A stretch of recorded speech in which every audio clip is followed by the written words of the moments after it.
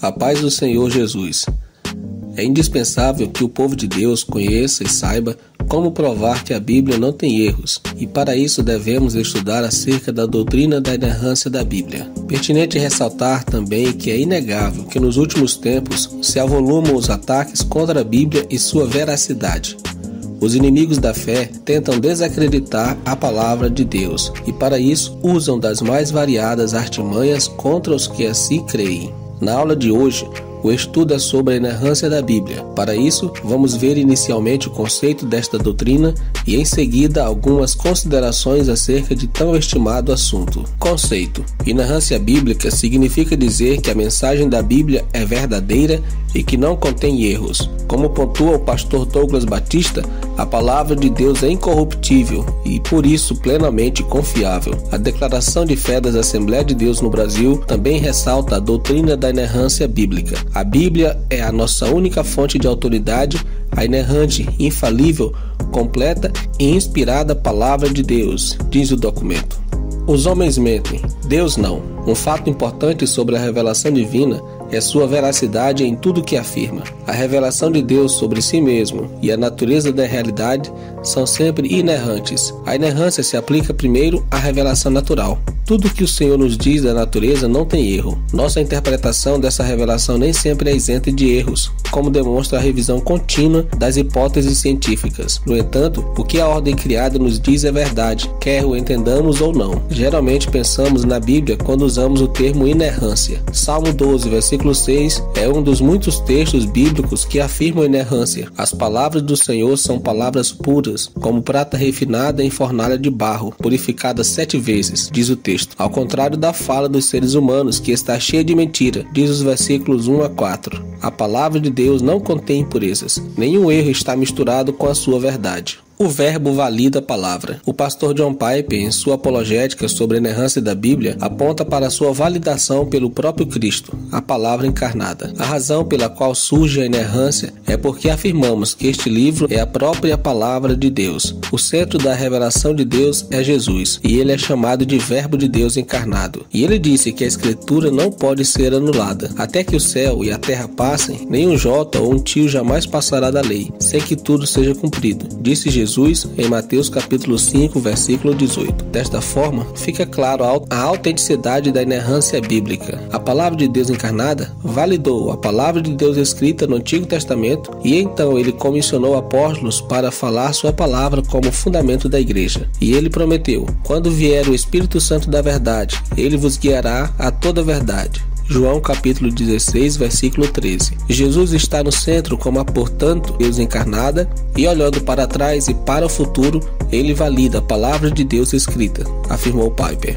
Compreensão correta de inerrância. É bom esclarecer que a inerrância não tem a ver com erros gramaticais ou algo semelhante, nem tampouco com detalhes minúsculos na tradução dos manuscritos. O tema central sobre a inerrância consiste no fato de que Deus se revelou na língua humana e em sua palavra não há erros. A inerrância bíblica deve ser entendida corretamente, caso contrário, encontraremos todos os tipos de problemas. É importante ressaltar que a inerrância se aplica apenas ao que a Escritura realmente afirma, não a todas as declarações que um personagem bíblico faz. Embora a revelação de Deus na natureza não seja menos verdadeira do que sua revelação escrita, como por exemplo as palavras da mulher de Potifar, em Gênesis 39, versículos 11 e 18. O que é inerrante aqui é o registro do que a esposa de Potifar disse e fez. A Escritura não afirma a inerrância da declaração da própria esposa de Potifar. Embora ela tenha dito o que o texto atribui a ela, o significado de suas palavras para os homens da casa era falso. Versículos 16 a 18. O foco na veracidade do que a Escritura realmente afirma também nos permite levar em conta o uso de linguagens poéticas. Isaías capítulo 55, versículo 12, fala das árvores batendo palmas, quando Deus redime os exilados. Se a Bíblia realmente afirmasse aqui que as árvores têm mãos, este texto não seria infalível, pois as árvores claramente não têm mãos. Mas tudo o que Isaías está afirmando é que a própria criação se alegra com a salvação do povo de Deus, e ele está usando uma metáfora para fazer isso.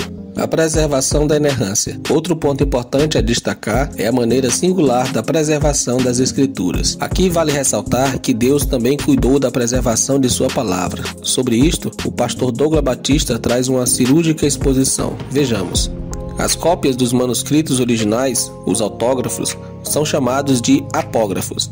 Atualmente, existem cerca de 25 mil cópias dos manuscritos bíblicos, a maioria deles em hebraico, grego e latim. Os escribas judeus transcreveram os originais do Antigo Testamento com precisão milimétrica, e as inúmeras cópias dos manuscritos do Novo Testamento também afiançam a credibilidade desses escritos. Nessa perspectiva, cremos que o ato da inspiração aconteceu uma só vez na redação primária da Palavra de Deus, os autógrafos, mas a qualidade dessa inspiração foi preservada pelo Espírito Santo nas cópias dos originais, os apógrafos. Verdade espiritual e moral. Neste ponto, devemos reforçar que a Bíblia é a fonte de nossos valores espirituais e morais. Sendo ela inerrante, não precisamos adequá-la ou atualizá-la aos nossos tempos e costumes. Como bem define o pastor Douglas Batista, aquilo que a palavra de Deus diz ser pecado, permanece sendo pecado. Por isso, os valores cristãos são permanentes, pois a fonte de autoridade é permanente.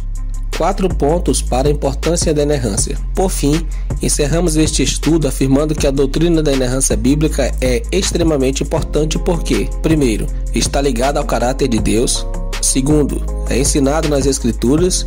Terceiro, é a posição histórica da igreja cristã. E quarto, é fundamental para outras doutrinas essenciais. Primeiro, é baseado no caráter de Deus. A inerrância é baseada no caráter de Deus que não pode mentir.